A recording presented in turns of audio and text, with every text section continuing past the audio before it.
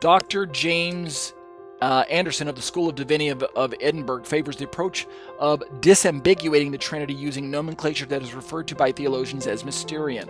All right, we have to remind ourselves that when we look at the Bible, there are a healthy number of verses that lead to the conclusion that Jesus is very God veiled in flesh. And yet, there are some verses in the Bible, what I take as the minority view of those verses, I think like there's the percentage of is minority, of those verses that would seem to lend to a view that Jesus and God are completely separate persons. In other words, we have verses that describe Jesus as one with the Father, and then we have verses that lend to an understanding that Jesus is separate from the Father. So we as Trinitarians hold this tension that Jesus is in fact separate yet one. He's distinct from God. Jesus is not the Father, but Jesus is God. It's the tension created by describing the is and the is not aspect of God. He is and he is not. Jesus is God, but Jesus is not the Father. That's what I mean by the tension, the paradox, the ambiguity, the equivocation on this term God. Go back and listen to previous commentaries if you're not sure what I'm talking about. Anderson continues. He suggests that the mystery bound up in the language of the Bible in regards to understanding God's relationship to his son Jesus may in fact be qualified and expressed as a MACRUE, that is to say the acronym MACRUE. This term MACRUE is a proprietary term that I believe Anderson himself coined.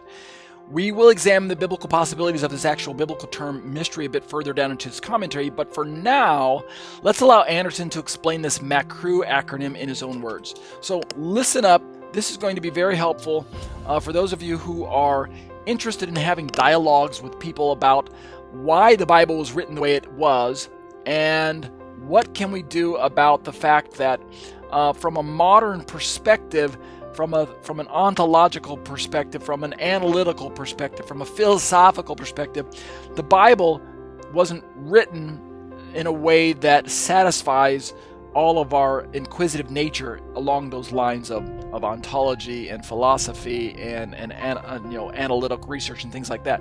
The Bible just doesn't give us enough verbiage. That's what I mean by nomenclature, like I mentioned earlier.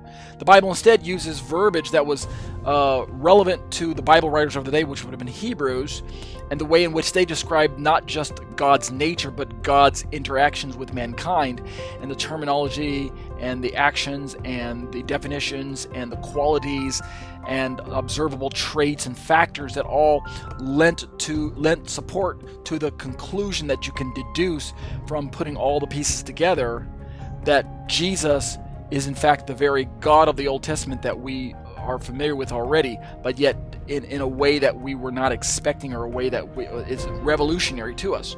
So, it's shocking, it's scandalous to some people to imagine that this son of Mary, this simple carpenter from Nazareth, is in fact the very God who created the universe, right? Spoke the world into existence. How can this be?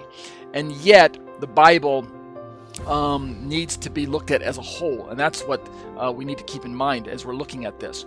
So we've got paradoxes, and these paradoxes are due to the limited verbiage that we find in the Bible. So let's, with that presupposition and that kind of mindset, let's look at what Dr. Anderson has to say. Quote, this is Dr. Anderson's own words. He's explaining this MACRUE, this MACRUE. And this is a very, very helpful for those of you who have dialogues with Unitarians and things like that. Listen up. Quote,